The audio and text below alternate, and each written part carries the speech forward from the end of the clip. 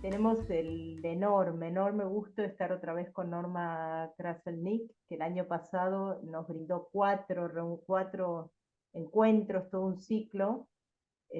Pueden verlo en nuestro canal de YouTube, realmente no tiene desperdicio, como se solía decir. Eh, entonces, hoy estamos iniciando este segundo o tercer encuentro de este ciclo que Carolina Durán nos va a presentar, que es la coordinadora, la que organizó, la que pensó, organizó y concretó este encuentro, este ciclo.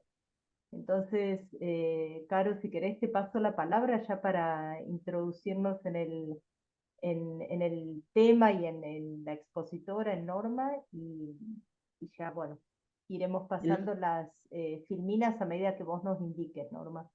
Perfecto. Muy bien, bueno, muy bien, gracias Laura, gracias de nuevo al Centro de Hermenéutica.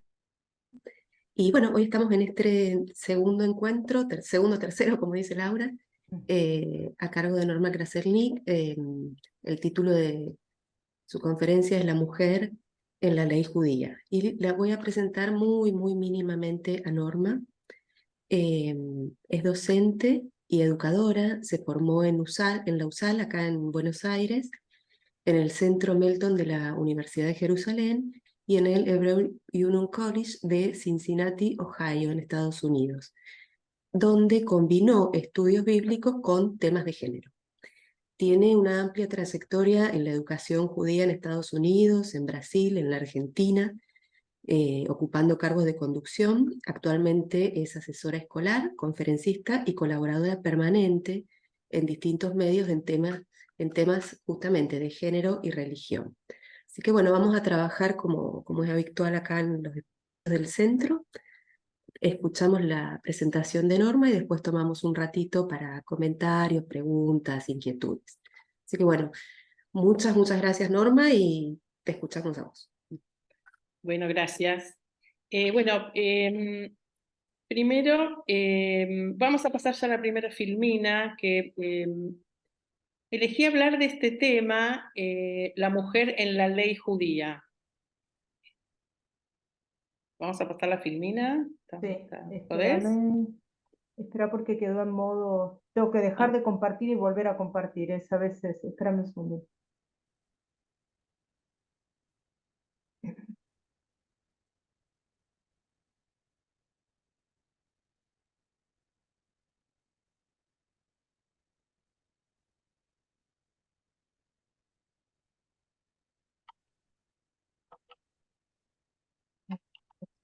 Un segundo. Fíjate si no os pruebo yo. A ver.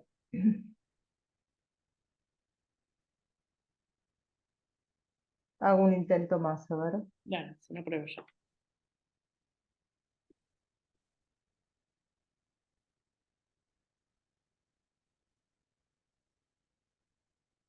Ahí está.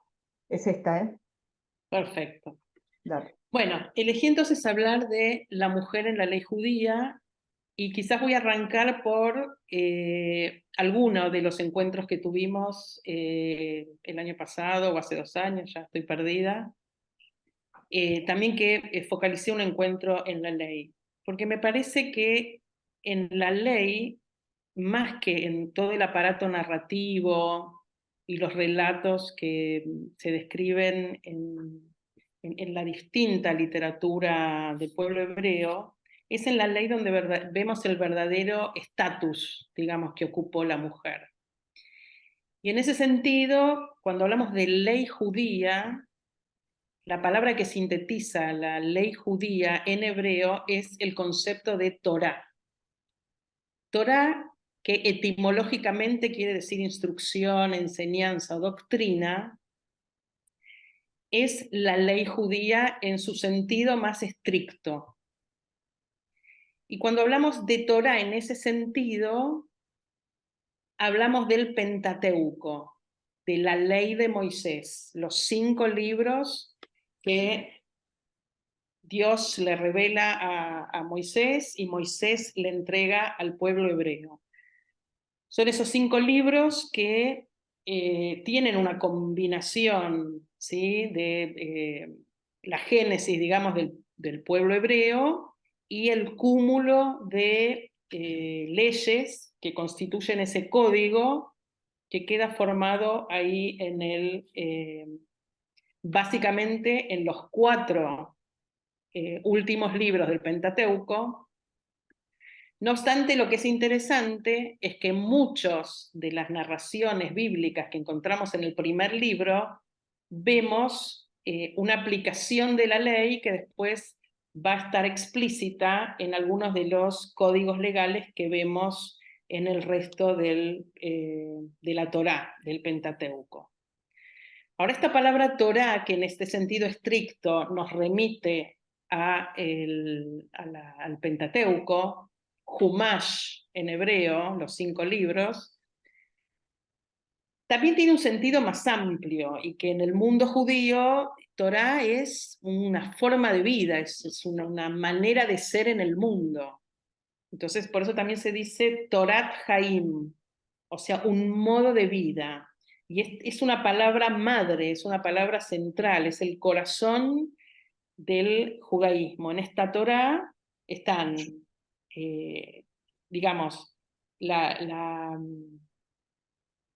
el sentido mismo del ser judío a través de los protagonistas que dieron origen a toda esta saga histórica, y los principios de fe, los principios de vida que cohesionaron a este pueblo. Entonces nos vamos a centrar una primera parte en esto, en cómo es el estatus de la mujer en esta Torá, a partir de algunos ejemplos que seleccioné, para después llegar a un concepto posterior, pero que se basa en este, que es el de la halajá, la otra segunda palabra que tiene que ver con un origen más talmúdico, basado en la Torá, y que la palabra halajá ya no quiere decir instrucción, enseñanza, doctrina, sino que quiere decir andar, o sea, es un verbo o un sustantivo verbal, ¿sí? Es el andar, que es la construcción legal que se suscita posteriormente en el periodo talmúdico. Estamos hablando del periodo posexílico del pueblo de Israel, basado en la Torá, pero que remite a esta vida ya sin el templo, en las casas de estudio, estamos hablando del siglo II, del siglo III, del siglo IV de esta era, y que es lo que constituye el judaísmo que conocemos hoy en día. ¿Por qué digo esto? Porque el judaísmo del periodo bíblico, sobre todo el aspecto legal, está muy ligado al templo y a los ritos sacrificiales, digamos, que el pueblo hebreo tenía en esa época.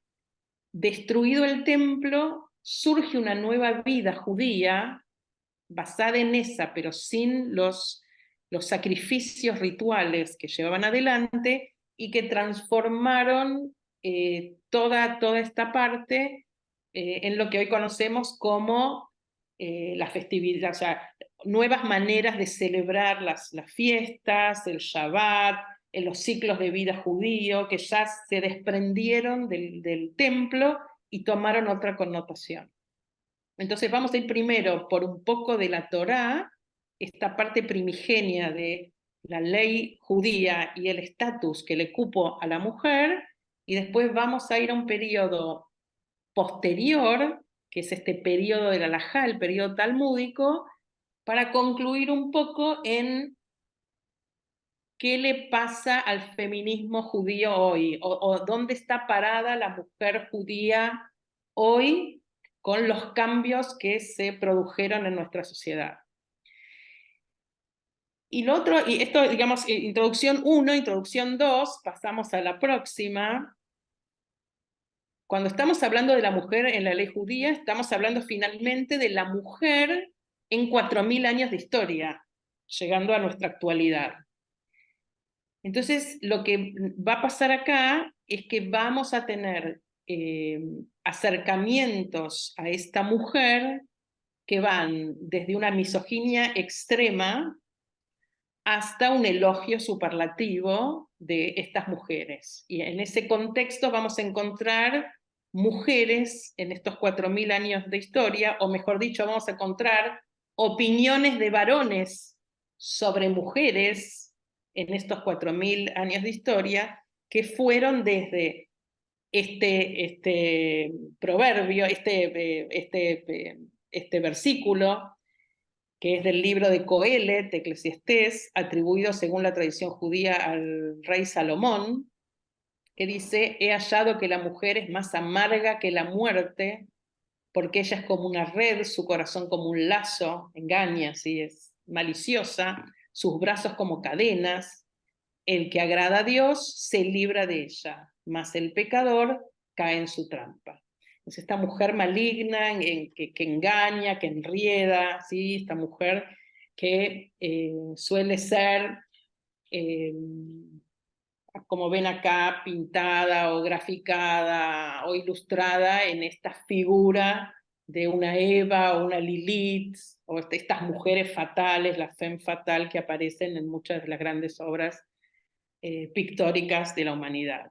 Y por otro lado, y vamos a la próxima, tenemos también del contexto bíblico lo que se llama quizás la loa máxima que una mujer pueda recibir. Yo tengo mil pruritos respecto a esto, pero tendría que dar una clase especial sobre esto, que es el último capítulo del libro de Proverbios, los últimos versículos del 10 en adelante. Es un poema escrito con un acróstico alfabético.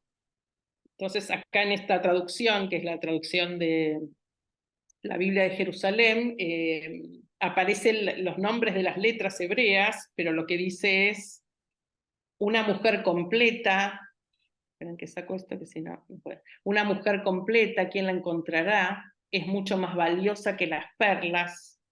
En ella confía el corazón de su marido y no será sin provecho.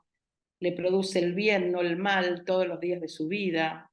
Abre su boca con sabiduría, lección de amor hay en su lengua. Está atenta a la marcha de su casa y no come pan de ociosidad. Se levantan sus hijos y las llaman dichosas, su marido, y hace su elogio. Muchas mujeres hicieron proezas, pero tú las superas a todas. Engañosa es la gracia, vana la hermosura. La mujer que teme a Dios, esa será alabada. Lo reduje un poquito, como ven, lo reduje, o sea, extraje los versículos que me parecían más conmovedores, digamos. Ahora, este es un poema, es una canción que el varón le recita a su mujer en la mesa de Shabbat todos los viernes a la noche.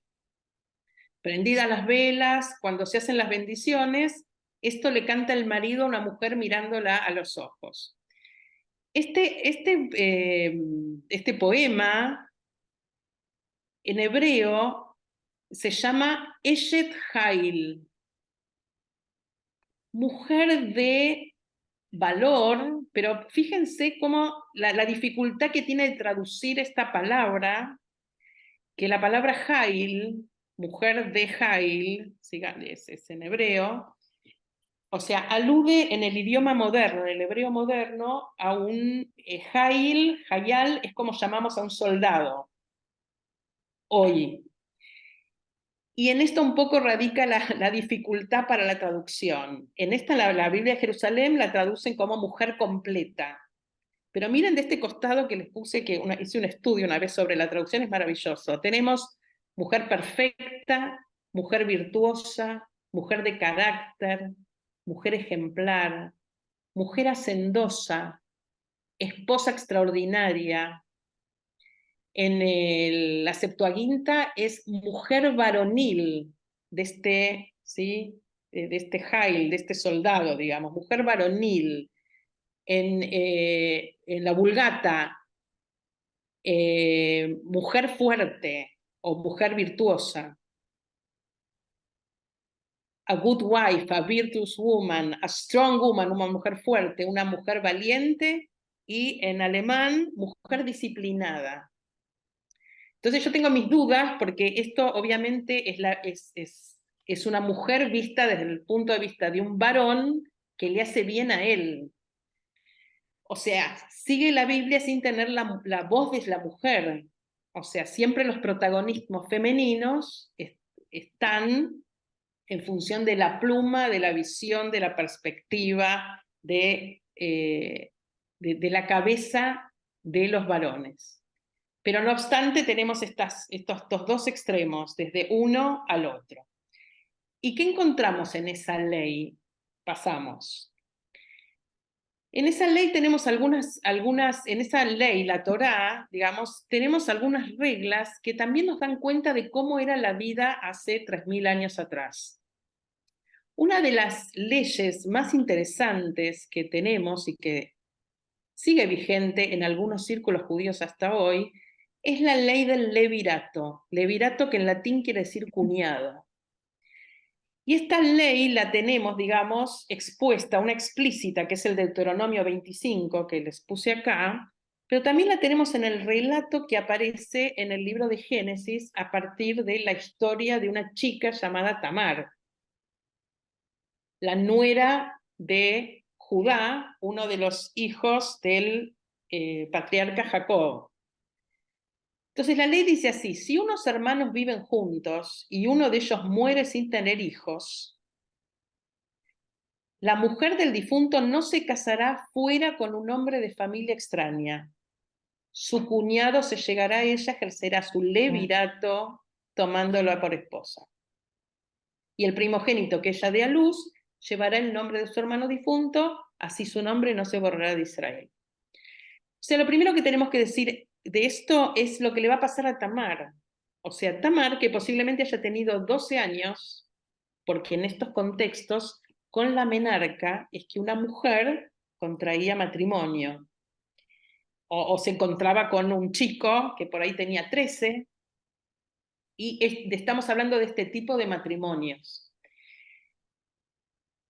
Se muere que es este muchacho, y esta chica, que ya no es virgen, queda a cargo de la familia de su marido. O sea, hay una estructura familiar en la época bíblica por la cual la mujer es propiedad, es pertenencia de su marido, y en este caso, cuando muere este muchacho, es la familia de este marido la que aboga por el bienestar de esta chica. Esta chica se sale de esa casa de su familia, de sus padres, y se queda en la casa de su marido.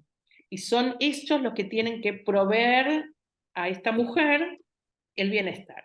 En este caso, el bienestar es dándole hijos. Una mujer sin hijos en esta época es una mujer paria.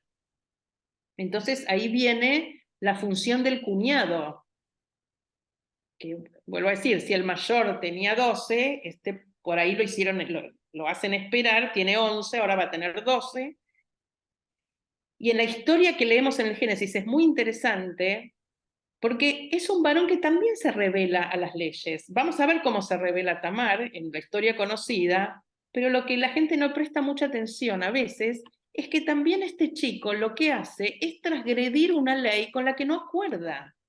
Él tiene que casarse con esta chica que es su cuñada, y su primer hijo es como si no fuese de él, se lo tiene que entregar, le tiene que dar el nombre de su hermano muerto.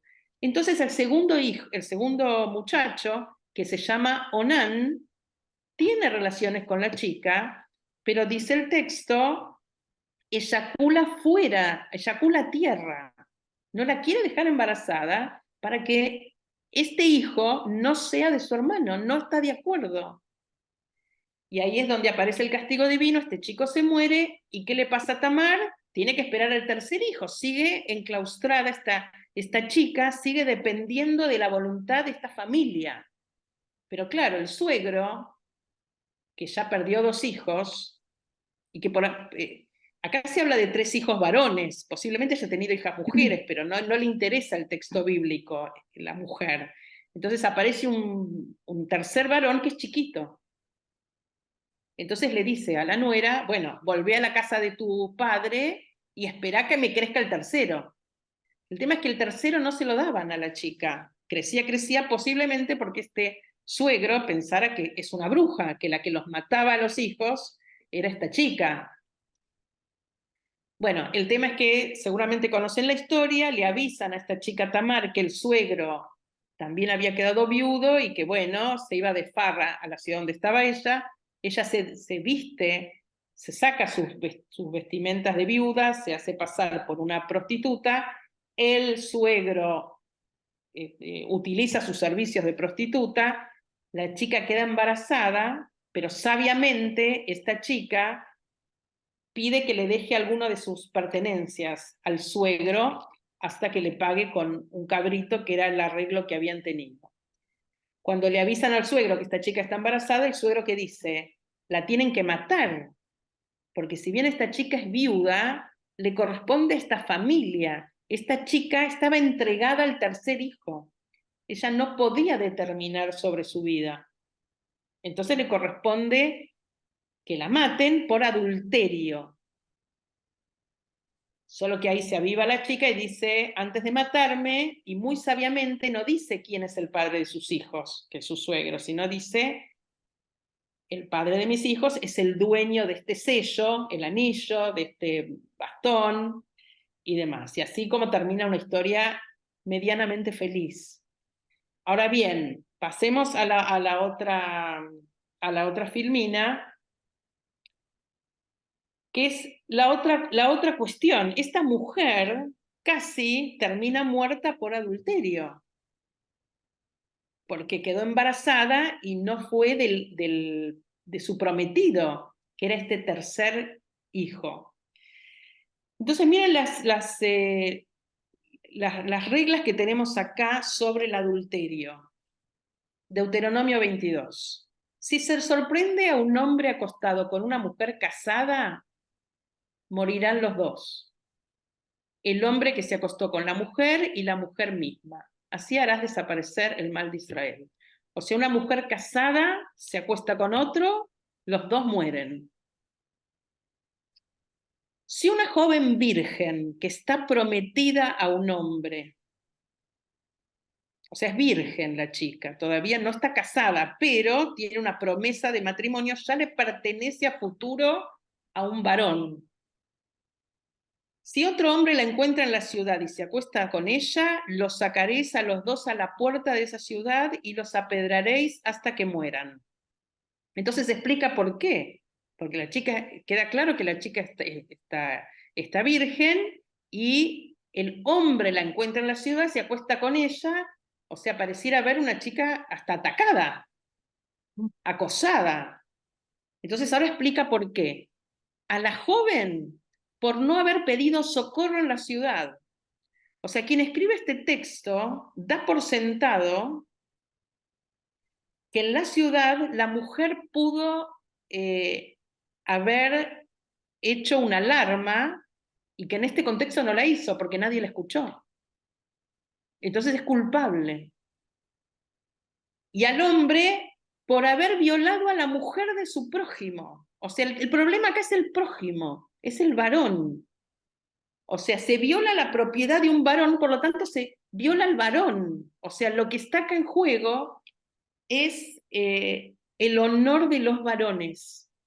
O sea, no pareciera en este texto haber una mirada hacia una mujer mancillada, humillada. El que está humillado acá es el varón, y no solo eso, sino que en la ciudad se supone que la mujer no hizo nada por protegerse. Es culpable también. Porque ahora vienen, ¿qué pasa en el campo? Si fuera en el campo donde el hombre encuentra a la joven prometida, la fuerza y se acuesta con ella, solo morirá el hombre que se acostó con ella. Porque fue en el campo. Y la joven prometida acaso gritó sin que hubiera nadie que la socorriera. O sea, también el acaso gritó. O sea, se pone en duda que una mujer violada se sienta humillada. O sea, a lo mejor le gustó y no gritó. O sea, porque funciona todo en un complejo de protección androcéntrica, digamos. Lo que se protege es el honor del hombre.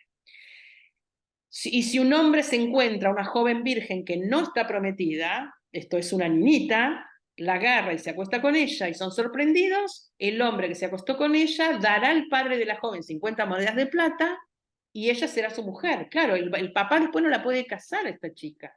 Este se tiene que casar con ella, porque la ha violado y no podrá repudiarla en toda su vida. O sea, por un lado, que un poco esto es lo que quisiera transmitirles, que ahora vamos a ver en otros enfoques. O sea, por un lado, una mujer violada no tiene valor en la sociedad.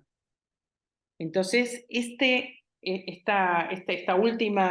último párrafo, digamos, de la ley, pretende proteger a esta mujer. La violaste, te tenés que casar con ella, porque si no, es una chica que se queda paria toda la vida. Pero por otro lado, digamos, siempre hay sospecha de que la mujer no hace lo suficiente en estos casos, o que el perjudicado es el varón, porque la mujer ya le está perteneciendo y la humillaron a su propiedad. Vamos a la próxima. Bueno, esto es terrible, me parece que lo trabajamos la vez pasada, así que voy más rápido. Esto es lo que se llama la ordalía, y simplemente funciona cuando un marido sospecha siquiera de que su mujer tuvo un romance con un otro. Entonces dice así, estamos leyendo el libro de Números, dice: Dios habló a Moisés, habla a los israelitas y dile: cualquier hombre cuya mujer se haya desviado y le haya engañado, ha dormido un hombre con ella con relación carnal a ocultas del marido, ella se ha manchado en secreto y no hay ningún testigo, no ha sido sorprendida. Si el marido es atacado de celos y recela de su mujer, que efectiva se ha manchado, como dice arriba, que efectivamente tuvo relación carnal, y ahora viene lo terrible, o bien le atacan los celos y se siente celoso de su mujer, aunque ella no se haya manchado. Ese hombre tiene derecho a llevar a su mujer ante el sacerdote solo por la sospecha y por los celos que le provocaron. Y presentará por ella una ofrenda. Bueno, se llama oblación de celos. Pasamos a otra. Y acá dice cómo es la ceremonia, altamente humillante. El sacerdote presentará a la mujer, la pondrá delante de Dios, echará luego agua viva en un vaso de barro, tomando polvo del pavimento. Bueno, para hacerla corta, la mujer tiene que tomar unas aguas amargas, con barro, con un polvo, delante de todas, y dice: estas aguas inflarán su vientre, más o menos. Si sobrevive, quiere decir que no tiene pecado, pero si no sobrevive, es culpable. O sea, todo esto que pasa en la cabeza de un hombre, y tiene el derecho a presentar y culpar a una mujer de algo, sea que está en lo cierto o sea que no está en lo cierto. Por supuesto que la contraparte no existe. O sea, estamos hablando de una época en donde existe la poliginia, y si este fuese el caso inverso, no habría problema porque el varón tiene derecho a casarse con cuanta mujer quiera. Pasamos a otra. Esto que ya lo explicamos. Bueno, acá tenemos el caso maravilloso de estas 5 chicas, que aparece también en el libro de Números, que están en el desierto y que son 5 hijas de un padre que muere y que no deja hijas varones, solo hijas mujeres. Entonces no pueden heredar. Se presentan a Moisés y exigen tener su herencia, que por ser mujeres no les quiten la herencia. Entonces Moisés habla con Dios y dice: han hablado bien las hijas de Tzlofhad, el hombre, dales pues en propiedad una heredad de los hermanos de su padre, traspáselas a ellas la herencia de su padre. Y dirás a los israelitas: si un hombre muere, estoy leyendo al fin del capítulo del versículo 8, si un hombre muere y no tiene ningún hijo, traspasará su herencia a su hija. Esta será norma de derecho para los israelitas según lo ordenó Dios a Moisés. Muchas veces tengo que hablar del valor de las mujeres en la Biblia y hablo de esto y lo dejo acá. Y digo, quizás sea la primera reivindicación feminista de la historia. pero hago trampa, porque esta historia sigue, pero sigue, sigue unos capítulos más adelante. Entonces, una vez que queda delimitado, digamos, este derecho, que 5 otra vez son niñas que no están casadas, son niñas, que se le plantan a Moisés y reclaman un derecho, o sea, demuestran de alguna manera que no están de acuerdo con esta supremacía de los varones, aparecen los jefes de las familias del clan de la tribu de Menashe, donde eran las chicas, que se presentaron y le dicen a Moisés, ahora se quejan los varones, y dice, Dios mandó a mi señor que diera la tierra en herencia por suertes, ¿sí? Por sorteo a los israelitas, y mi señor recibió orden de Dios de dar la herencia a Tzlofja, del padre de estas chicas. Resulta que si se casan con alguno de otra tribu, será arrancada su parte de la herencia de nuestras familias. Aumentará entonces la herencia de la tribu a la que vayan a pertenecer y se reducirá la herencia que nos tocó en suerte. O sea, los varones de la tribu reclamaban que si estas chicas efectivamente se casaban, parte de las tierras iban a irse a otras tribus.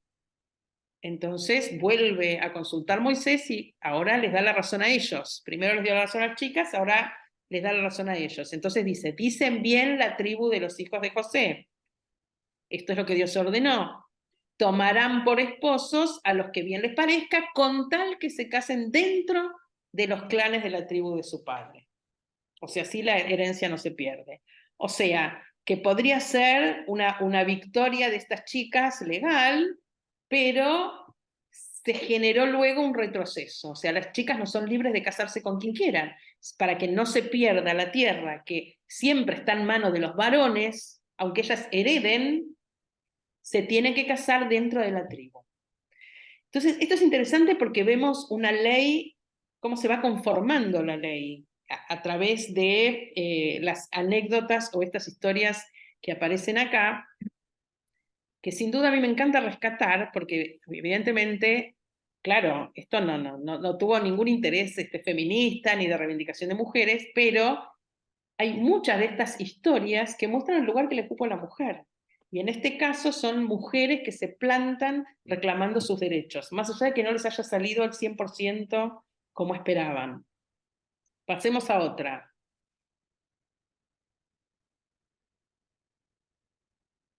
Muy bien. Esto me parece que también lo habíamos hablado. Cuando una mujer está pariendo un varón, así como cuando está menstruada, hay unos días, digamos, en que se recupera su cuerpo. Es un periodo en donde está impura, no se puede acercar a un varón, no puede estar en contacto con un sacerdote o con nada de los elementos que forman el ritual. Y está escrito en el texto que si la mujer tiene un hijo varón, ese periodo de impureza es de una cuarentena, o sea, 33 días de parto, digamos, que se le asignan de parto, más los siete primeros días. Ahora bien, si la mujer da a luz a una niña, se duplican estos días. Por lo tanto, acá dice, mas si da a luz una niña, durante 2 semanas será impura. O sea, tiene la impureza, digamos, de su menstruación, del sangrado posparto, y pareciera que conlleva la impureza de su propia niña en su vientre. Se duplica la situación de impureza porque estamos hablando finalmente de 2 mujeres. ¿Me siguen? O sea, el varón es puro, o sea, solo estamos hablando de la impureza de esta mujer, 7 días más 33. Ahora, cuando llegamos al nacimiento de una mujer, queda impura 14 días, o sea, 2 periodos de 2 semanas de impureza, una como si fuese propia y una de la hija, y 33 días más 33 días, 66 días. Entonces, imagínense que es digamos, es un periodo, o sea, imagínense lo que implicaba en esa época para un varón, un padre de familia, tener a una mujer que valía menos, pero además este varón no podía durante 3 meses cohabitar con su mujer. O sea, era una complicación la vida familiar por el tema de que esta mujer había dado a luz una mujer y no un varón como era lo esperable. Pasemos a otra. Los votos, ¿sí? Las promesas. Una mujer cuando hace una promesa, esté casada o no esté casada en la época bíblica, dependía de la confirmación de su marido. Si el marido o el padre, o sea, el concepto acá es que una mujer nunca es independiente. Esto no sé si ya me lo escucharon. Las únicas mujeres independientes eran las prostitutas. Una mujer siempre depende de su padre o de su marido, o las viudas o las que habían sido repudiadas, digamos. Pero una mujer, digamos, es de su padre o de su marido, y son ellos los que ratifican o anulan los votos. Si un padre escucha el voto de su hija y no dice nada, quiere decir que lo aprueba. Pero si llega a decir algo, no se considera el voto de una mujer. ¿Esto qué quiere decir? Que una mujer no tiene llegada a Dios por ella misma en cuanto a los votos que hace.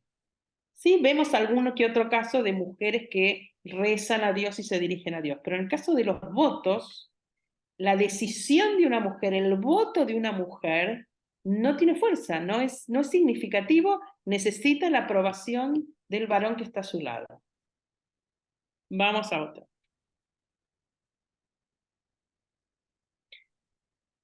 Bueno, y acá tenemos quizás el cierre, el concepto, digamos, cuando uno hace un voto, una promesa que lo equipara al valor de un individuo. Los individuos tienen valor según la edad y según el género. Y ciertamente todo lo que ven acá, si se trata de un varón de 60 años, son 50 ciclos de plata, el equivalente, ¿no? No quiere decir que el señor valga esto, es lo equivalente si yo hago una promesa que vincula a un hombre. Ahora, si se trata de una mujer de entre 20 y 60 años, vale 30, o sea, se le reduce en 20. De los 5 a los 20 años, el valor para un varón es de 10 ciclos, de 20 ciclos, de una mujer la mitad, 10 ciclos. Bueno, y así esto está en el Levítico 25. O sea, uno puede entender esto en el contexto de que el valor hombre es valor soldado, valor de guerra, valor de semen, lo que representa un varón frente a una mujer que recepciona y que en 9 meses está incubando a su hijo. Pero básicamente lo que vemos acá es o sea, es la minusvalía de alguna manera de una mujer frente al varón en esta época, digamos, pensada y armada por un sistema patriarcal en donde toda la ley está centrada en los varones. Más allá de que muchas de estas leyes pretendan, digamos, acompañar o proteger a una mujer. O sea, es de menor valía ser mujer en esa época. Cosa que también es una obviedad, no sé por qué estaríamos pensando que podría haber una situación de igualdad. Vamos a la próxima. Bueno, y otra cosa más sutil, mucho más sutil, que no es propiamente la ley, o sí, o es exactamente la ley. El idioma hebreo es altamente binario. Si nosotros vemos la lengua castellana, que muchas veces, o sea, nos molesta algunas o algunos no, el uso genérico del masculino, que por ahí no nos sentimos incluidas o lo que fuere, dado que el hebreo es más arcaico todavía, es absolutamente binario. Entonces, ciertamente, cuando uno lee la Biblia, uno se siente incluido. Cuando se habla del pueblo de Israel, todo es masculino, masculino, masculino, damos por sentado que las mujeres estábamos incluidas. Ahora, si hacemos alguna lectura más sutil, podemos descubrir algunas cosas en que no están así.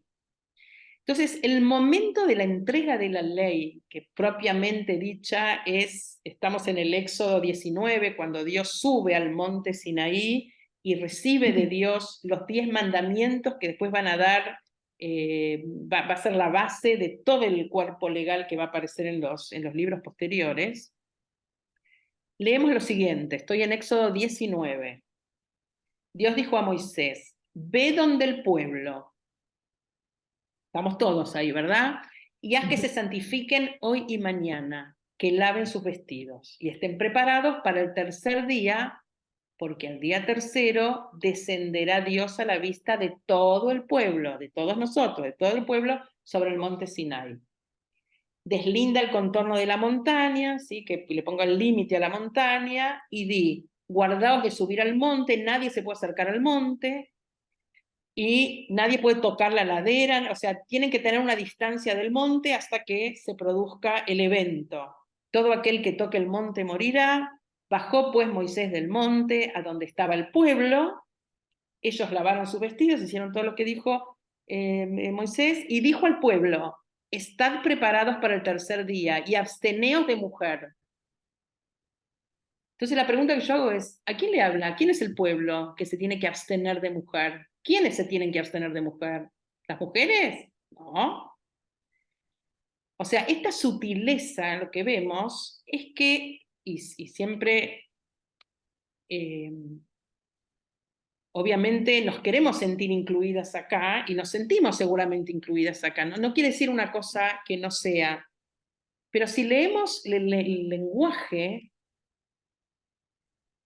o sea, el pueblo eran los varones. ¿Y por qué el pueblo eran los varones? Porque estamos hablando de mujeres que si no están embarazadas, están amamantando, o que están preparando la comida, o que están sosteniendo a esta familia, y los que pueden y disponen de tiempo, y después lo vamos a ver ahora, lo vamos a ver cuando entremos en la época talmúdica, son los varones.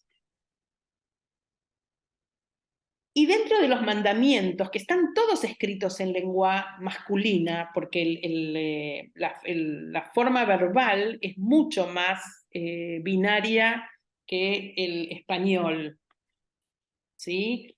Acá si yo hablo de tú, hablo de un tú femenino y un tú masculino, y todas estas leyes apodícticas que aparecen en los 10 mandamientos están escritas en un tú masculino, pero podría ser un tú masculino, bueno, que incluye a la mujer de alguna manera.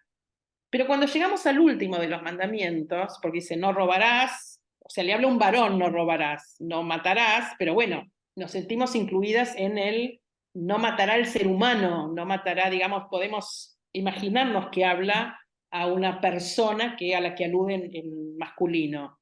Pero otra vez, cuando vamos al 10º mandamiento, vemos que dice, no codiciarás la casa de tu prójimo, ni codiciarás la mujer de tu prójimo. O sea, que ni a su siervo, ni a su sierva, ni a su buey, ni a su buey, nada que sea del prójimo. Acá tenemos dos cuestiones. Primero, que los dueños del siervo, de la sierva, del buey, del asno, de todos los bienes, eran los varones. Y claramente dice, no codiciarás la mujer de tu prójimo. ¿A quién le está hablando? Los varones. O sea, lo que quiero decirles es que este momento sublime del pueblo de Israel, si lo leemos así con esta perspectiva de género que nos aparece ahora, y que por ahí no mucho tiempo antes nos detuvimos, o bueno, nos queríamos sentir incluida, hay una sutileza del lenguaje que está dirigida a los varones, y que la mujer no solía participar de esto. Pasemos a otra. Muy bien. En la época talmúdica, al lado de lo que fue digamos, el periodo bíblico, es un periodo todavía de más oscurantismo, porque está influenciado básicamente por la filosofía griega más que nada, grecorromana, pero una fuerte influencia griega, en donde la mujer ciertamente era de segunda categoría. Mientras que en la Biblia tenemos algunas mujeres que se rebelaron o que se sentían incómodas con estas leyes androcéntricas o de supremacía varonil, y vemos mujeres que se destacaron como Débora, como Judith, como Ruth, no sé, de libros, mujeres protagonistas de libros bíblicos, mujeres que llegaron a tener influencias en el reinado, etcétera, etcétera. Lo que vamos a ver en el periodo talmúdico, y cuando hablo del periodo talmúdico estoy hablando de este periodo, del siglo -1 al siglo V después de Cristo, que es cuando ya cae el templo, o todavía, digamos, el segundo templo cae en el año 70 de esta era, pero digamos, es toda una construcción legal, básicamente, de postexílica, en donde se organiza la vida ya sin el templo, y donde aparecen un montón de formas de vida que requieren de la decisión, el pensamiento, que solo la van a hacer los varones. Todo esto se produce... Todo esto se produce... Ahí, ok. ¿Me escuchan bien? Ok. Todo esto se produce en una exégesis oral primero, hasta que después se compila en estos libros llamados Mishnah o Talmud. ¿Ok?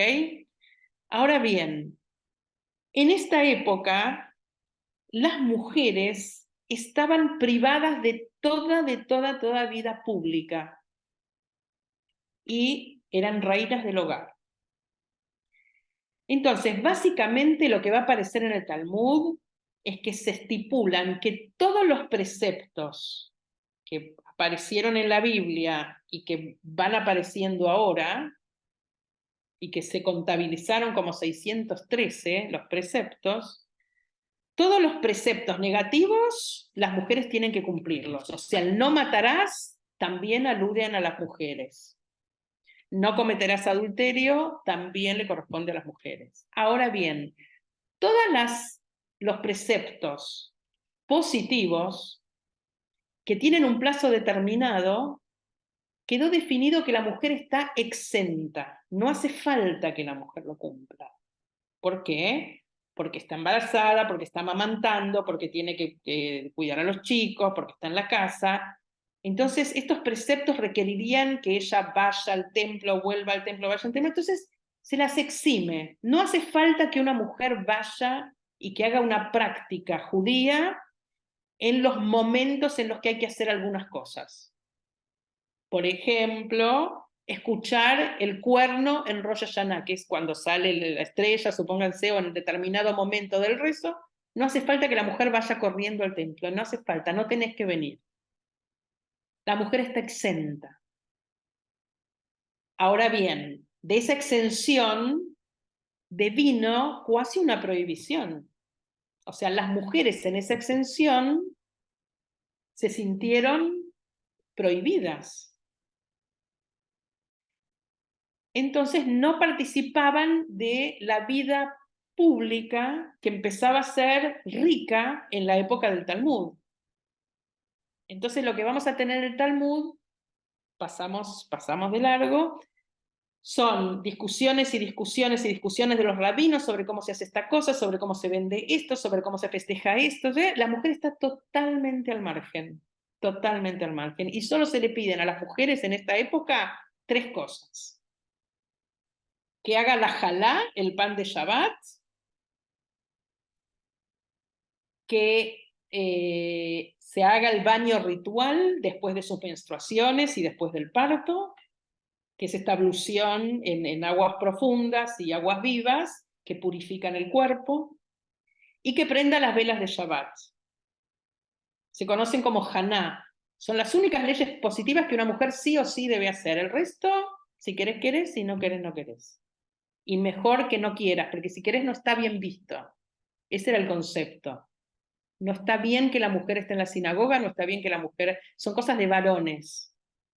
Entonces, tanto es así que miren lo que aparece en uno de los tratados del Talmud, aparece, dice, por 3 transgresiones las mujeres son castigadas y mueren durante el parto. O sea, a partir de esto creían que mujeres estaban castigadas y morían en los partos porque no tuvieron cuidado al observar las leyes de una mujer que menstrua, o sea, que no sigue las leyes del baño ritual, que no separa bien la jalá, que no hace bien la masa del pan ritual que comemos en los viernes, y que hizo algo mal cuando encendió las velas.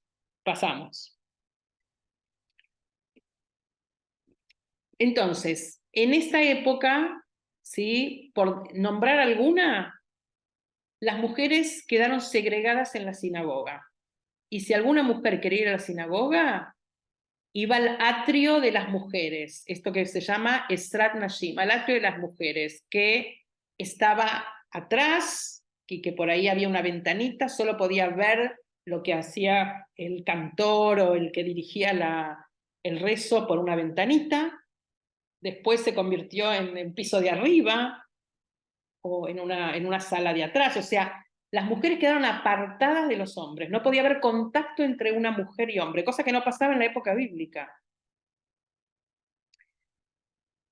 En esta época queda definido de que para rezar ciertas cosas en el judaísmo se necesitan 10 varones mayores de 13 años. Quiere decir que hasta el día de hoy en los lugares más ortodoxos, si no hay 10 varones de 13 años, hay cosas que no se pueden rezar, porque una mujer no tiene el valor de sumar un individuo a este quórum. Una mujer no puede tener casi no puede participar de nada público, por lo tanto no puede leer la Torá, el rollo de la Torá, el Pentateuco, los sábados a la mañana, o los lunes o los jueves en la sinagoga, porque está haciendo una aparición en público, no lo puede hacer. Y no lo podría hacer tampoco porque si ella quisiera leerlo y estuviera menstruada o estuviera recién parturienta, no podría estar tocando nada que forma parte del culto. En esta época se define también que una mujer no puede ser testigo en un juicio, como no puede ser un chico, como no puede ser un sordo, como que no está capacitada para ser testigo. Se le llega a decir a un hombre que está prohibido conversar con una mujer. Tenemos divorcio y tenemos un divorcio bíblico, solo que es concedido solo por los varones. Un varón puede dar el divorcio cuando quiere, y si una mujer quiere el divorcio y el varón no se lo quiere dar, está frita. Y de ahí sale una situación terrible que se llama guná, que es la que está como encadenada. Muchas, en esta época o antiguamente, cuando una mujer casada, por ejemplo, el marido salía a la guerra y si desaparecía, o sea, no estaba enterrado, no sabían que efectivamente había muerto ese hombre, o sea, la mujer estaba en esta situación de limbo porque no se podía volver a casar porque su marido no le había dado el get, el divorcio. O sea, todas las leyes estructurales que tenemos hoy, que perduran hoy en el mundo judío, son básicamente de esta época, y en donde hubo una regresión de la situación pública de la mujer. Otra vez, seguramente para protegerla, porque eran mujeres, no había método anticonceptivo, mujeres morían en el parto, digamos, había una carga digamos, de sufrimiento corporal en una mujer que no paraba de parir, digamos. O sea, hay una razón que, digamos, podemos entender que justifique esto. Pero, digamos, a la luz de las mujeres que, digamos, que en el desarrollo, en el devenir histórico, digamos, han llegado a conseguir este espacio público, digamos, esta es una época en donde la mujer casi no aparece. Son muy poquitas las mujeres mencionadas en el Talmud, y siempre son esposas de los rabinos que por alguna razón hacen algún comentario menor y que se las considera sabias, pero no se puede comparar este periodo siquiera al periodo bíblico, en donde tenemos mujeres, como las chicas que mencionábamos, u otras, en donde dejaban de alguna manera oír su voz o tenían un protagonismo, si bien por supuesto es menos del 10% la cantidad de mujeres que aparecen en la Biblia con respecto a los varones. Ahora bien, lo insólito de este periodo también es que este periodo talmúdico, que primero fue oral y después fue escrito, dejó tomos y tomos, básicamente son 6 órdenes, y cada orden está dividido, ahora van a ver una foto, son tomos y tomos, pero hay uno de los tomos que se llama Mujeres, que concierne al mundo femenino y trata temas como el matrimonio, el divorcio, derecho de familia, menstruación, embarazo, todo pensado y escrito por hombres. O sea, uno de los tratados, así como hay un tratado que se llama Las festividades, hay un tratado entero que se llama Mujeres, de las cuales no hay una sola mujer que haya participado. Es todo concebido, pensado, analizado por los varones. Vuelvo a repetir, posiblemente con la intención de favorecer la situación de las mujeres, pero no hay voces femeninas, no hay, es todo, forma parte de la creación, la escritura, el pensamiento, el desarrollo que hacen los varones sobre las mujeres. Vamos a la próxima. Acá está, ¿ven? Estos son los tomos del Talmud. Y este es, uno de los tomos se llama Nashim, mujeres, que son uno de los 6 de estos órdenes, y que está dividido en 7 tratados. Uno es Yevamot, que trata sobre la ley del matrimonio de los cuñados, y como lo que vimos el primero del... O sea, todo está basado en las leyes bíblicas que después se fueron desarrollando. El segundo tratado se llama Ketubot, que es el contrato nupcial, que fue, eso ven, eso es ya de esta época, no hay un contrato nupcial en la época bíblica, aparece acá, y claramente para proteger a la mujer. Acá se habla de la virgindad, o sea, cómo saber si una mujer es virgen o no, las pruebas, bueno, increíble. Nedarim, esto es los votos como los que ya vimos, que dice una mujer que no puede decir, cómo tenés que referirte cuando le tenés que decir que no son válidos. Bueno, todas las cosas vinculadas a los votos de la mujer. Nazir, todo lo que tiene que ver con el voto que hace una madre que tiene un hijo que quiere dedicarlo a Dios, es el nazir o nazireo. Bueno, sotá, que es el ritual cuando esto que vimos, cuando la mujer es sospechosa de adulterio, es una mujer que desviada, quiere decir sotá. Gitín, los divorcios, ¿sí? Y Kidushin, el acta matrimonial. O sea, todo eso está pensado por hombres, es un cuerpo entero enorme que habla básicamente de la vida familiar, pero está centrado básicamente en las mujeres. Pasamos. Bueno, y solo para que para que tengan un gusto un poco de, esto no es ley, esto es midrash, ¿sí? Es una exégesis que se hace sobre Génesis, que entiendo que trabajaron el encuentro pasado. O sea, miren de esta época, Rabbi Yoshua de Sijin, un rabino, dijo en nombre de Rabbi Levi, y está explicando la creación de Eva.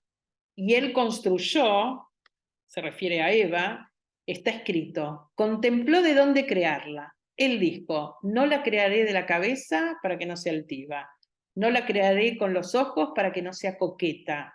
O sea, está diciendo de todos los lugares que Dios no quiso crear a la mujer para no generar una mujer altiva, para no generar una mujer coqueta, no la crearé del oído para que no sea una fisgona, no la crearé de la boca para que no sea charlatana, no la crearé de corazón para que no tenga celos, no la crearé de la mano para que no sea ladrona, no la crearé de la pierna para que no sea una vagabunda, más bien la crearé desde un lugar más modesto de una persona, ya que incluso cuando una persona está desnuda, este lugar está cubierto. Y sigue, y mientras creaba todos y cada uno de los miembros de la mujer, le decía, soy una mujer honesta, soy una mujer honesta, soy una mujer honesta. Sin embargo, y ahí viene la interpretación rabínica, dice, yo no la creé de la cabeza y sin embargo ella es altiva.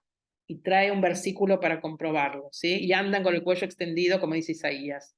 No la creé de los ojos, pero es coqueta. Y trae, no la creé del oído y es espía. No la creé del corazón y es siempre celosa. No la creé de la mano y es una ladrona. O sea, todas las virtudes todas las, no las virtudes, o sea, las cosas malas que quiso evitar creando a la mujer de la costilla, dice, le fue mal y la creó con todos esos defectos. Digamos, este es un poco el pensamiento misógino rabínico. Vamos, seguimos. Bueno, y para terminar un poco esta parte, que también surge de este periodo talmúdico, hay en la liturgia judía, hay unos rezos matutinos que se hacen cuando uno se despierta, que un hombre literalmente dice todas las mañanas: bendito seas Dios, Rey del universo, que no me hiciste mujer. O sea, ¿por qué dice esto? Otra vez, en este contexto es que no me hiciste mujer y que me pueda dedicar a tu servicio. O sea, uno puede entender hasta digamos, la filosofía con que se dice eso. Como que yo tengo libertad en mis horarios, me dedico a tu gloria, mientras que la mujer tiene que amamantar y tiene que parir y tiene que estar ocupándose de sus cosas. Ahora, bendito sea que no me hiciste mujer. ¿Y qué dice una mujer? Bendito sea que me hiciste de acuerdo a tu voluntad. Yo soy lo que pudo ser. Ahora bien, ya en el siglo XV encontramos en Italia unos documentos, unos manuscritos, en donde había un texto litúrgico, un sidur, ¿sí? el libro en el que rezamos, en donde aparece, a pedido de una mujer, hay un cambio cualitativo en el rezo, en donde dice el texto, una mujer: bendito eres que me hiciste mujer y no me hiciste varón. O sea, ya en el siglo XV vemos que una mujer ya no se sentía cómoda con esta forma. O sea, o descubrió, porque digo, lo que pasaba con estas formas posiblemente es que la mujer no estaba ni enterada de lo que decía un hombre, que no me hiciste mujer. Primero porque no estudiaban en esa época, o sea, el estudio era propio de los varones y la lengua hebrea no era una lengua usada fuera del rezo en esa época. Pero, digamos, en el siglo XV y sobre todo después con la invención de la imprenta, la mujer va a llegar a tener acceso a libros y demás, y ahí también se abre un capítulo nuevo que ahora vamos a ver un poquito en esa parte vinculada a la mujer y el mundo judío. Pero ya en el siglo XV, en Italia, encontramos una versión de un sidur, de un libro de rezos, en donde ya está esto transformado. Hubo alguien, una mujer, que dijo: no, no, no, yo así no. A mí me decís, yo bendito sea que soy mujer y no hombre. Pasemos a la otra. Bueno, acá les puse, señalé dos ejemplos para que, así como tenemos algunos ejemplos en la Biblia, en la época, ya en la época moderna, o sea, post-talmúdica, ya estamos en la época moderna, el siglo XVI, XVII, y ahora vamos a ver de XIX también, aparecen algunas mujeres que rompen un poco esta situación de la mujer escondida en su casa. Y ambas dos tienen la característica, y también las poquitas que encontramos en el Talmud, y es que son hijas de rabinos, hijas de maestros, que no tuvieron hijos varones. Entonces toda la formación de esos padres, toda la sabiduría de esos padres de alguna manera es entregada a la única mujer que tuvieron, a la única hija que tuvieron. Entonces este es el caso de Osnat Bat Shmuel, que estamos hablando de Kurdistán, que tanto o sea, es hija de un rabino, después se casa con un pariente que también es alumno de su padre, y que terminó siendo, la llamaban Tanait, o sea, la maestra, porque obviamente no la podían llamar rabina porque era una afrenta, o sea, no existía la ordenación rabínica en esa época, pero le dieron un título que hasta ese momento solo tenían los varones, y que era una sabia, una mujer, y que se hizo cargo de esta comunidad en Kurdistán. Pasemos. Y la otra mujer que les traje, que me es muy preciada porque es del mismo pueblo de donde era mi suegra, de Ludmir, en Ucrania, en Ucrania al oeste, no lejos del límite con Polonia, que la llaman la doncella de Ludmir, the Maiden of Ludmir, que es una mujer que en la adolescencia experimentó una situación así espiritual, única hija de un rabino jasídico, bueno, y que también recibió toda la formación cabalística de su padre, siendo única mujer. Bueno, después llegaron a decir que hacía milagros, demás, y bueno, llegó a ser tan popular que la misma comunidad le pidió que pare, que deje de intervenir en la vida judía, y el padre ahí hizo una consulta con su rabino en la ciudad de Chernobyl, después famosa por el estrago atómico, y la obligaron a casarse. Y se supone que en un casamiento no consumado, bueno, un poco es esta mujer, no sé si conocen o vieron, hay una famosa obra de literatura yiddish que se llama el Dibuk, que es la poseída, que un poco está inspirada en esta mujer, y hay quien dice que el cuento de Bashevi Singer, Yentl, que popularizó Barbara Streisand en el cine, no sé si la vieron, pero es esta mujer que se viste de varón para querer estudiar, es una mujer que quiere saciar su intelecto y no tiene manera de acercarse a los judíos sino es trasvistiéndose de varón. Es un cuento maravilloso de Bashevi Singer, y si no vieron la película musical ya toda adulcorada, es Hollywood Barbara Streisand.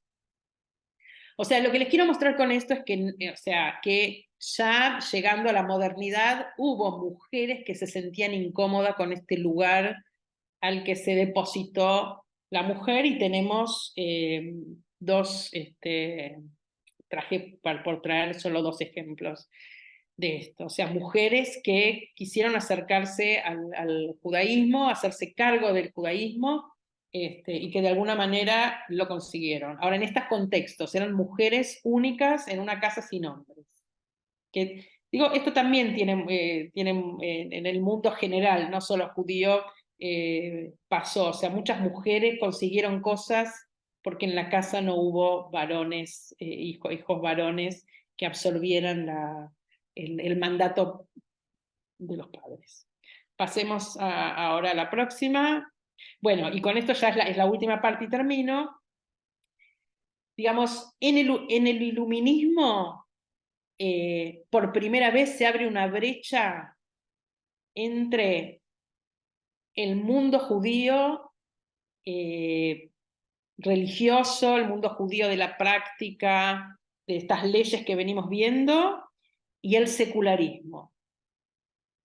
Y los judíos que vivían en Europa querían ser parte también del mundo del iluminismo, de las ideas de la razón, ¿sí? de todos los fenómenos que estaban ocurriendo en el siglo XVIII en Europa y XIX. Es ahí un poco donde florecen otros movimientos religiosos que se separan del formato clásico, digamos, de los judíos, y que reciben un cúmulo, digamos, de modernidad, y que son los que llamamos los movimientos liberales.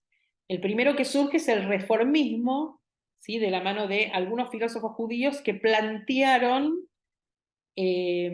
salirse un poco de las vestimentas judías europeas medievales, de algunas costumbres, para permitir interactuar con el mundo gentil.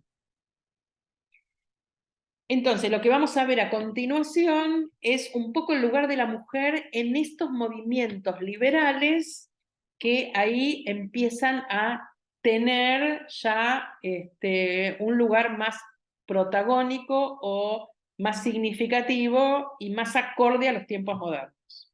Entonces, por un lado se va a quedar el mundo ortodoxo, que es el que todavía perdura, y que hay algunos pocos movimientos feministas o de mujeres que empiezan a cuestionar algunas cosas, y tenemos grandes conquistas o conquistas medianas, digamos, en el mundo del judaísmo liberal. Vamos a la próxima. Muy bien. Una de las primeras cuestiones significativas ocurre en Berlín. Esta chica, Regina Jonas, es una mujer berlinesa, es docente, teóloga, ella quiere ser rabina. Por supuesto que no la dejan, o sea, no hay lugar para una mujer rabina. Se forma, pero siempre como docente. Escribe una tesis se pelea con todos en la escuela rabínica y se pelea con todos, escribe una tesis argumentando por qué la mujer sí puede, o sea, cómo es que la mujer puede ser rabina, siendo que todas las leyes que anteceden, o sea, la mujer queda exenta, o sea, no hay nada que diga que una mujer no puede serlo. Bueno, finalmente trabaja como rabina, pero no consigue un púlpito, o sea, no es rabina de sinagoga, sino que es rabina de un asilo de ancianos, de hospitales, o sea, siempre en la periferia, hasta que cuando llegan las leyes raciales en Alemania, muchos rabinos huyen de Alemania, y ahí es donde ya consigue un púlpito, que queda un púlpito vacante. O sea, ya digamos que quedaban lugares vacantes y ella consigue entonces ahí una plaza siendo rabino de la comunidad, cosa que dura poco porque después los nazis la deportan primero a Terezín, ahí trabaja con el famoso psicólogo Viktor Frankl, o sea, y sigue asistiendo, o sea, tiene un trabajo muy interesante en el campo, y finalmente la matan, es asesinada en Auschwitz. Y hay una calle en Berlín que lleva su nombre. Y ella es la primera rabina ordenada rabina. O sea, es una pelea de ella que la ganó, que ganó, y eso permitió, digamos, abrió después de ella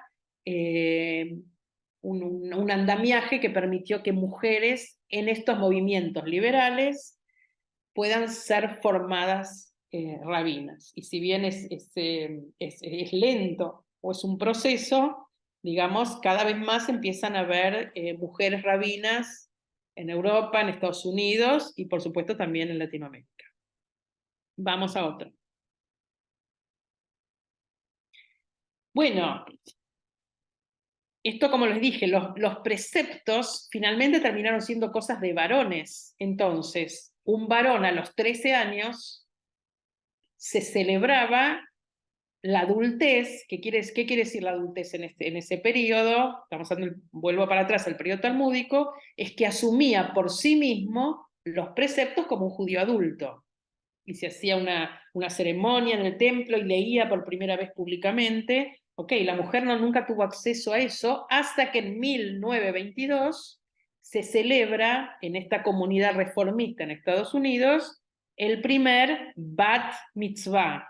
Bat es mujer, Bar es varón, o sea, una mujer que asume ser hija de los preceptos, y como vemos acá, la vemos leyendo la Torá públicamente, marcando como un hito, digamos, un rito de pasaje a la adultez o a la toma de decisiones en cuanto a la vida judía. Ese es el primer Bat Mitzvah. Yo que hice mi Bat Mitzvah en el año 73, si no me equivoco, creo que en mi sinagoga de Florida, en Vicente López, fui el segundo Bat Mitzvah que se realizó en Argentina. O sea, del 22, digamos, yo creo que en el 70 fue la década que empezó en Argentina a celebrarse esto que permite a las mujeres hacer una ceremonia igual que la hacen los varones. Ok, vamos a otra. Bueno, o sea, ni hablamos de la circuncisión. O sea, nace un varón, el que lleva el pacto con Dios es el varón. Y si eso se celebra en la comunidad judía, se hace la circuncisión, pero además es una fiesta, es motivo de alegría, y bueno, nace una nena y no pasa nada. Entonces, con los años, se genera una tradición que en la costumbre sefaradí tuvo más fuerza en la antigüedad, que era esta, la ceremonia de las fadas, de las hadas, o las 7 candelas, y que después en el mundo judío se llamó Simchat Bat, la alegría de una hija, en donde una vez que nace la bebé, se va a la sinagoga y se le pone un nombre en hebreo que de alguna manera, digamos, emula la fiesta de la circuncisión, porque no vamos a abogar por la igualdad en la circuncisión. Eso lo dejamos para los varones. Muy bien. Vamos a la próxima. Norma, Sí, ¿te parece si en 5 minutitos podemos ir redondeando? Porque tenemos que terminar un ratito antes de las 6. sí, ya termino. Creo que esta es la última, falta una más. Ah, bueno, perdón. No, no.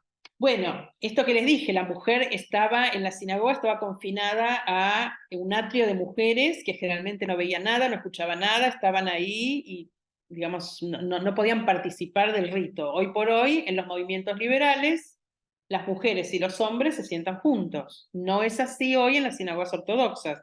Ustedes entran a una sinagoga ortodoxa y la mujer no puede entrar al espacio de los hombres, porque la mujer distrae, porque no. O sea, no se puede. No es así en los movimientos liberales, en donde ya el rezo es conjunto. Vamos a la próxima. Bueno, hay algunos lugares muy interesantes de creaciones de las mujeres, porque entre otras cosas lo que intenté explicarles es que la mujer no tuvo acceso a ninguna creación de documentación, digamos, de las fuentes que son judías.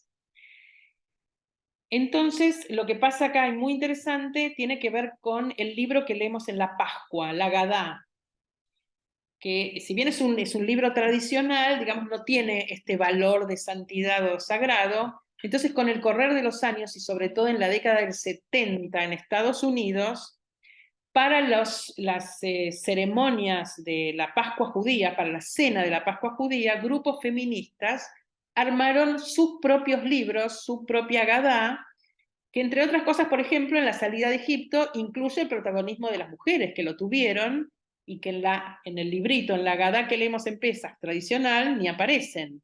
Ni la hermana de Moisés Miriam, ni las parteras, ni la princesa que se hizo cargo del bebé. O sea, hay un lugar muy fuerte en las mujeres que en la salida de Egipto que no aparece en la Agadá y que lo trajeron las mujeres, entre otras cosas. Pasamos al otro. Bueno, y para terminar, así como terminé la primera parte bíblica con la entrega de la Torá, si éramos parte del pueblo, dado que el masculino y lo que se le dice a los varones de estar alejados de las mujeres nos incluía, tenemos también un problema con la manera de dirigirnos a un Dios que en la tradición judía es siempre masculino, siendo que en la tradición judía es un ser, es un ente, es una noción que no tiene género. Y sin embargo, todo el concepto bíblico y talmúdico, digamos, fuera del concepto de Shejinah, que es un concepto ligado a la Cábala, que es la parte como femenina de Dios, dentro de las 10 esferas, digamos, todo lo demás que rodea al concepto de Dios tiende o las metáforas que se usan, salvo excepciones muy sutiles, o sea, tiene que ver con una metáfora masculina. Entonces, digamos, el otro aporte, que por supuesto es muy rechazado por muchos grupos tradicionales judíos, pero tiene que ver con la manera en que nos dirigimos a Dios. Entonces hay hay grupos feministas, sobre todo esto pulula más en Estados Unidos. Todavía no llegó mucho acá, pero que en vez de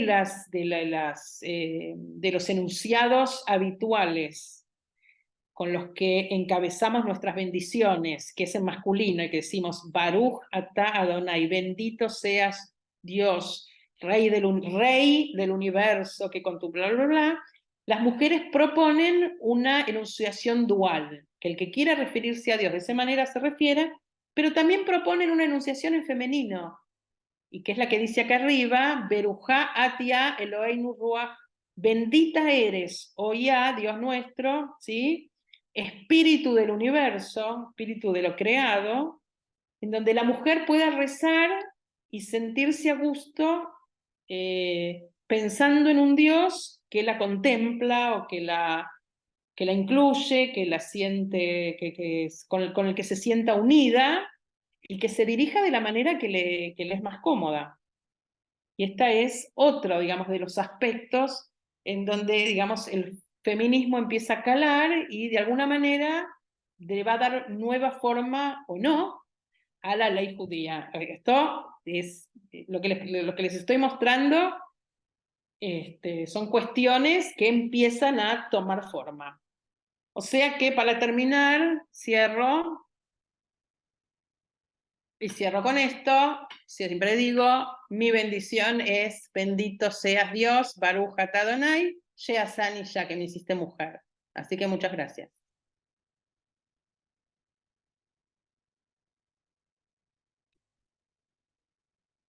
Ay, se me bloqueó el video. Bueno, muchas gracias, Norma. Muchas gracias porque muy hiper exhaustivo para que realmente tengamos una visión bien general de la cuestión. Bueno, tomamos un ratito, tenemos que terminar 6 menos 10 de la tarde, así que tenemos un ratito para comentarios, preguntas, no sé, lo que quieran compartir.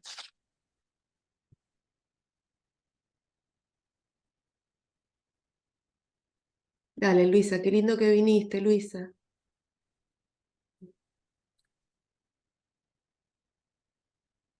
Muchas gracias, estoy entusiasmada con todo lo que escuché y con sus equivalencias católicas donde estoy militando, pero la pregunta es esta. Hoy yo oigo de la existencia de mujeres rabinas.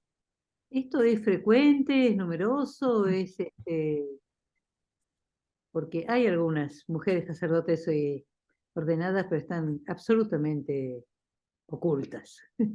Bueno, es interesante, ¿viste? O sea, la primera mujer rabina es esta que les mencioné en 1922 en Europa. A partir de ese momento empiezan las mujeres a querer ordenarse rabinas. Ahora, lo que vos estás diciendo me lleva también a un lugar. O sea, son procesos. Hay rabinas en Argentina y hay rabinas en Estados Unidos, bastantes. Empiezan a haber más rabinas en Europa. Hay una rabina muy interesante, que por supuesto no me voy a acordar el nombre, en Francia, que escribió un libro sobre el duelo maravilloso. Orbelier, creo que se llama, Delphine Orbelier, maravilloso, si tienen acceso al libro es maravilloso. Delphine Orbelier es una rabina francesa. El tema es que las comunidades se tienen que adaptar. Es probable que, qué sé yo, la gente mayor prefiera, por decirte, a la hora de hacer un entierro, de casar a sus hijos, convocar un rabino varón que a una mujer, digamos, hay algo etario, hay algo de la edad que puede ser que en algunos lugares hay algunas comunidades que si bien son modernas, pero están más arraigadas a una tradición sefaradí, ponele, y o sea, si bien legalmente hoy en las comunidades liberales es lo mismo, digamos, puede ser que todavía la comunidad, si los feligreses no vean con los mismos ojos todavía a una mujer que a un varón, pero digamos, son procesos naturales en donde una mujer todavía tiene que probar que puede hacer lo mismo que un hombre o digamos que está capacitada para oficiar una ceremonia o enseñar la Torá o lo que fuere. También yo siempre digo que hay no sé en nuestro país, o sea, yo ahí valoro mucho el posicionamiento de las mujeres en Estados Unidos, que es más aguerrido, es más combativo. A veces acá en Argentina digamos, es más cómodo, o sea, no se escuchan. Hay varias mujeres rabinas, no sé si se las escucha como un cuerpo. Por lo menos me gustaría escucharlas más, pero bueno, son procesos. Pero sí, una mujer hoy acá estudia para rabina. Y bueno, también hay que ver dónde la contratan, si la contratan, pero en principio son aceptadas y son valoradas, pero todavía hay una diferencia. No, creo que no es salarial, como en otros aspectos, pero digamos, puede ser que haya algunas cosas que uno prefiera que aparezca un varón por, no sé, una cuestión tradicional que una mujer, pero ya próximamente creo que no va a haber diferencia. Bueno, gracias. Hay una pregunta que pone Lucía en los comentarios. Pregunta si se sigue rezando hoy la oración que dice gracias porque no me creaste varón, y la mujer es solo gracias porque me creaste según tu voluntad. Sí, sí, en el mundo ortodoxo es esa la práctica. Sí, sí. Bueno, es interesante, ahora en Netflix hay algunas series que muestran la vida ortodoxa, o sea, la vida ortodoxa sigue estando en este lugar talmúdico que les presenté así muy por arriba, y digamos, la aparición, digamos, del feminismo o de algunas mujeres que se cuestionan, por ahí tienen más que ver con el acceso al estudio. O sea, las mujeres son la ortodoxia, que siguen rezando, que sí, todo igual. Algunas empiezan a tener acceso universitario, digamos, va por ahí más el movimiento que por quebrar algunas cuestiones atávicas rituales. Mm. El divorcio lo tiene que seguir dando el varón, o sea, todas estas cosas funcionan y es un problema, porque en un país como Israel, que se rige por la ley alágica, por esta ley del Talmud, no hay legislación civil para estas cosas. Todo tiene este tinte, el divorcio lo dan los varones, el casamiento es un casamiento religioso, no es un casamiento, o sea, el casamiento, no hablamos del casamiento, pero el casamiento, el que santifica a la mujer es el varón a la mujer no habla, el varón es el que hace todo, el que le da el documento nupcial, el que dice yo te consagro a ti, para mí, como mujer, o sea, la mujer no lo consagra el varón, es el varón el que consagra a la mujer, o sea, hay lugares que no me metí, pero sí, sigue siendo así en el mundo ortodoxo, sí, por eso se llama ortodoxo, es así. Claro. Pero hay un lugar del estudio que empieza a tomar forma. Hace unos años, creo que en pandemia, en Israel se da un premio, que es el premio Jerusalén, que es el premio más importante a las letras, a la ciencia, qué sé yo, y por primera vez lo ganó una mujer ortodoxa en Talmud, o sea, es una talmudista, experta en Talmud, cosa que estaba vedada, o sea, las mujeres no estudian. Bueno, si van a una escuela ortodoxa, los varones tienen sus escuelas y las mujeres tienen sus escuelas, y lo que estudia una mujer no es lo mismo que lo que estudia un hombre. Los contenidos no son iguales porque se entiende que los varones tienen que tener contenidos que las mujeres no. ¿Alguna otra pregunta, comentario?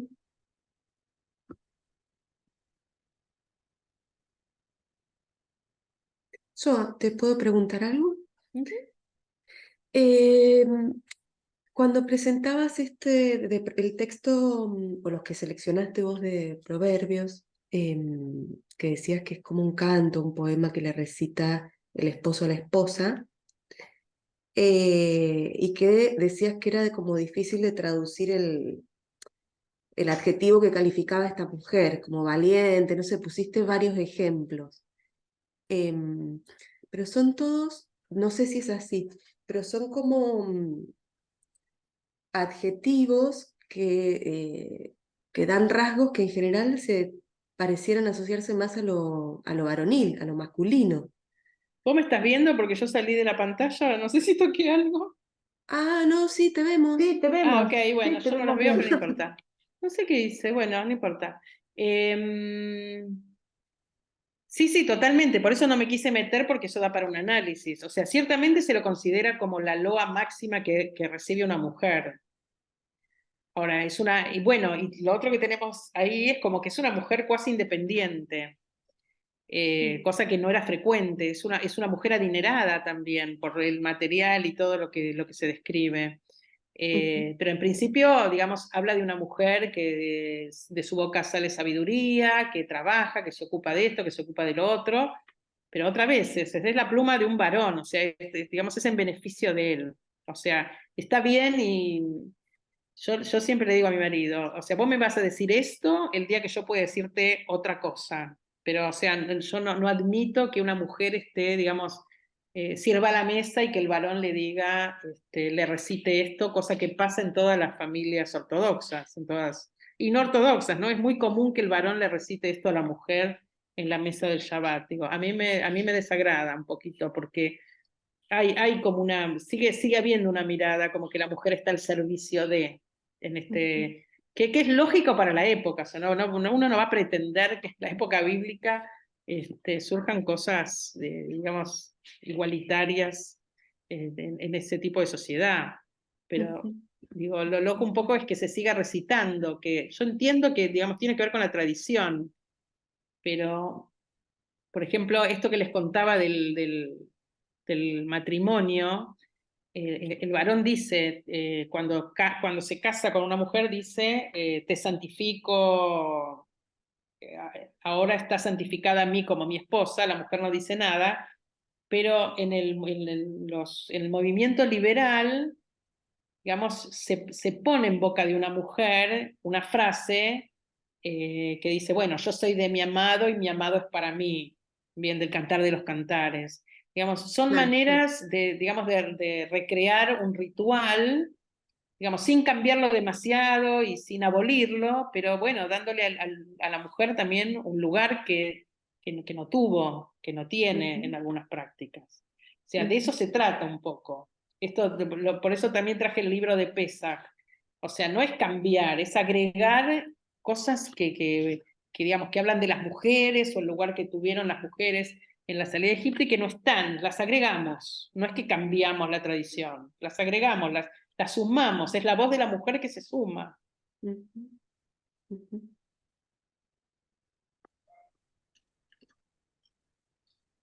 Norma, quisiera hacerte una consulta Dime. respecto de la Shejina, que es ese aspecto femenino de la divinidad o de Dios. ¿Dónde se origina esa imagen, ese concepto?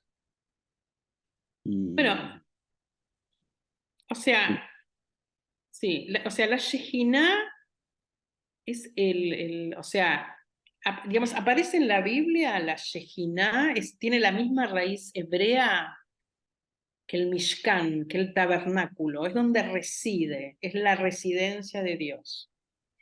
Lo que va a pasar con la Shejina y este aspecto femenino es que lo va a desarrollar la Cábala, siendo que en la Sefirot, estas esferas y este diagrama de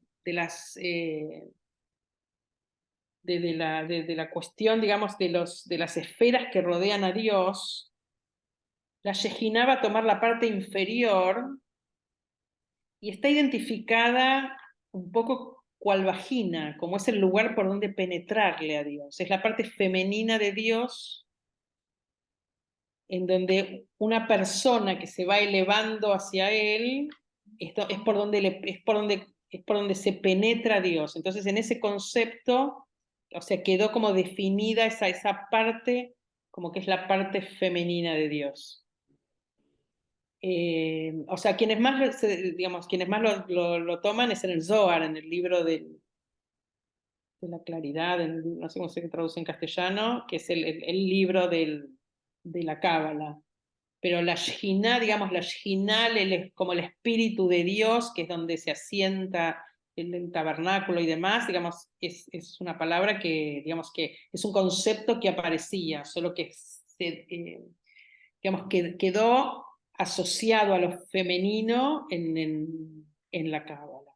Hay una sola alusión al aspecto femenino de Dios, si no me equivoco es en Isaías, que es cuando dice que es como un útero, que Dios es como si el útero de Dios engendrara.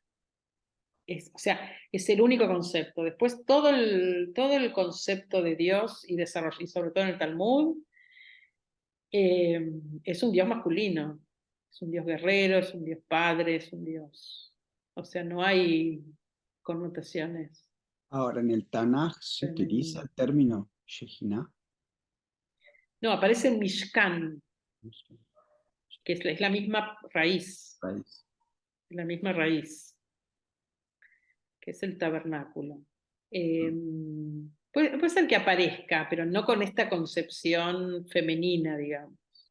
Me tengo que fijar, no se puede ser que aparezca, pero no con este término femenino. Este término femenino, o sea, la concepción de lo femenino en Dios es posterior. Bueno, si bien no sé qué trabajaron, pero digo, al hacer al Adán a imagen y semejanza, ciertamente el 50% de Dios debiera ser una imagen femenina. Espera que dice, o sea, Oseas 11, que dice, cuando habla de Rajamín, de la misma raíz de Rejem. correcto, Rajamim, que claro, bueno, Rajamim es el consuelo, que es la misma raíz que Rejem, que es útero, exactamente. Pero, bueno, estoy influenciada, mal influenciada creo, por un libro que acabo de terminar de leer de Olga Tokarczuk, la premio Nobel polaca, que ella es una historia novelada, pero muy bien documentada, trata de la época de Jacob Frank. El libro se llama Los libros de Jacob, los libros de Jacob. Mesías, digamos, bueno, falso Mesías para algunos, o para los franquistas, un Mesías que surgió en el siglo XVIII, y ellos fuertemente cabalistas, después, bueno, es todo un proceso de este grupo de mesiánicos, pero, o sea, básicamente ellos tienen a la imagen del Mesías como una mujer. Interesante, ahí. ¿Está traducido el libro ya? Sí, está traducido. Yo lo traje de Porque España, me no lo hice había traer de muchas España. traducciones. Sí, maravilloso, una novela maravillosa. Son esos libros que sufrís cuando los terminás. ¿Y ahora qué? Eh, bueno, ese es interesante porque ella trae ahí hace un estudio muy interesante de toda la cábala que toma Frank. Bueno, a raíz de que quería transmitirle a su hija sus dotes mesiánicas, y habla del Mesías, de la mujer Mesías, bueno, muy asociado, yo no soy experta en temas católicos, pero digamos muy también asociado a la figura de María. Ahí. Bueno, si les parece, porque ya Una estamos última sobre la hora, pregunta, podemos ir. una última breve pregunta. En el cristianismo hay veneración, digamos, y culto a mujeres. Por empezar, la Madre de Jesús, María, pero después santas, digamos. En el mundo islámico también está Fátima y la familia de las hijas de Fátima. En Qom está, en Irán está el famoso templo, creo que la hija de Fátima. ¿En el mundo judaico existe algo de esto también? No, pero tampoco tenés, digamos, lo que tampoco tenés, yo no sé si tampoco tenés este concepto de varones, porque, o sea, Moisés es un profeta, o sea, todo tiene una connotación más humana, tampoco hay veneración a las personas, tanto es así que ni siquiera sabemos dónde está enterrado Moisés, digamos, ahí dicen como que para que no sea venerado, o sea, no hay concepto de veneración a las personas. Aunque hago un Si paréntesis, el ahora término es veneración, cierto culto, ¿no? No sé si el término... claro, sí, por eso te digo, hay tumbas de rabinos a las que se les va a pedir, pero bueno, existe la tumba de las matriarcas, o sea, en ese concepto te diría que las únicas son las matriarcas, pero no obstante, bueno, tenés una Esther que se convirtió en protagonista de una de las fiestas más importantes del judaísmo, o Bueno, Ruth, o sea, desde ese lugar, pero no son veneradas ni podrían, o sea, no es como la Virgen María, ni como es el lugar de Fátima. De hecho, de las incorporaciones, los rezos, cuando uno reza a Dios en el ritual judío, vos rezás a Dios, Dios de Abraham, de Isaac y de Jacob. A lo cual, digamos, algunas modificaciones hacen que digas Dios de Abraham y Sará, Dios de Jacob y Rivka, Dios de Jacob, Rachel y Lea. O sea, de incorporar a las mujeres en ese Dios patriarcal para hacerlas partícipes, digamos, de un clan familiar. Entonces ahí es donde las mujeres un poco ponemos alguna cosa. Pero no hay, pero tampoco te diría que es un tema, no hay veneración, un lugar. Al contrario, yo creo que el judaísmo cuida mucho de eso y deja en exclusiva ese lugar para Dios. Para que Dios sea de todos, digamos, tiene que tener ese aspecto femenino para que, digamos, el 50% de la población pueda sentirse unido a Él. Y me parece que ese es el trabajo de las mujeres, o sea, ver cómo se puede desandar un camino que fue siempre pensado, digamos, a la luz de un activismo y un protagonismo de los varones armando estos espacios. ahora, tú sabes que estoy leyendo un libro de Julio Treboille, que es un biblista español, sobre los estudios de género o la perspectiva de género en los estudios bíblicos. Y él trata de mostrar que en el cristianismo primitivo hay, digamos, el tránsito del cristianismo primitivo, el avance, la progresión desde el cristianismo primitivo a lo que conocemos después ya en la edad más clásica, es que hay una fuerte tendencia a borrar la mujer de lo que fue la primera comunidad cristiana. Y él insiste que la importancia de la mujer en la primera comunidad cristiana es porque está fuertemente influenciada también por la experiencia cotidiana de la presencia, del rol de la función de la mujer en las comunidades judías.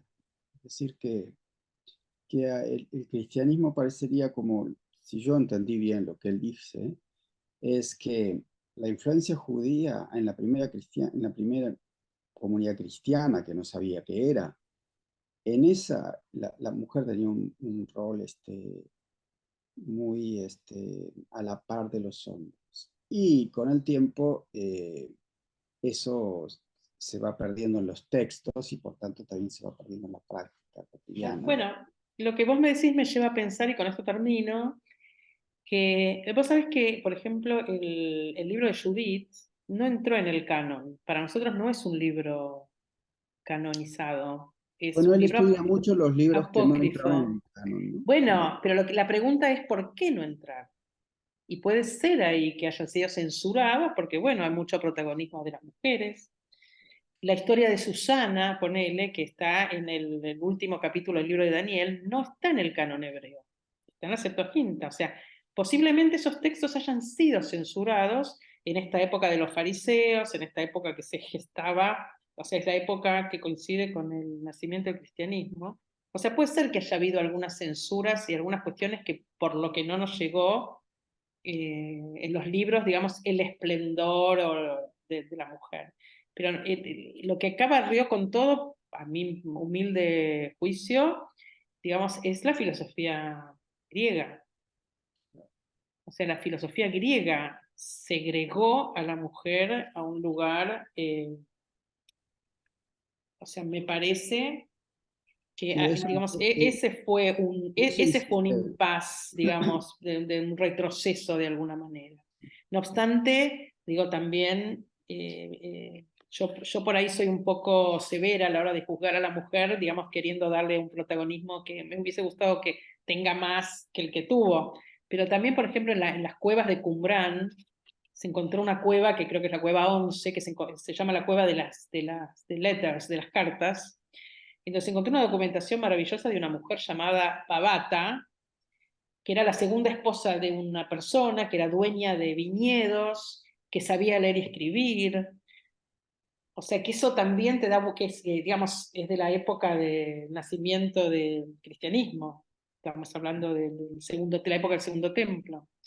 O sea que puede ser que, o sea, no, puede ser que haya habido más movimientos judíos. Ahora, quienes marcaban el ritmo, porque eran los que tenían el poder, los que decidían, o sea, sin duda era una sociedad patriarcal, eran los hombres. O sea, ese es el punto. No es que no haya habido mujeres o no se hayan pero digo, todo el corpus fue pensado, escrito y armado, digamos, por la pluma de los hombres, que eran los que tenían la supremacía en la época. Hay que ver cómo se va transformando esto para darnos lugar digamos, a que las mujeres podamos sentirnos incluidas, partícipes, con nuestra creatividad, con nuestra interpretación, esta cosa. Bueno. Bueno, muchas gracias Norma, muchas gracias a Bueno. quienes se sumaron, y el jueves próximo tenemos un último encuentro en el que vamos a proponer un diálogo conjunto. Buenísimo. Bueno, muchas gracias. Norma. Bueno, gracias, chao, un buenas gusto noches a siempre. todos. Gracias, Chao, gracias. chao. Chao, gracias.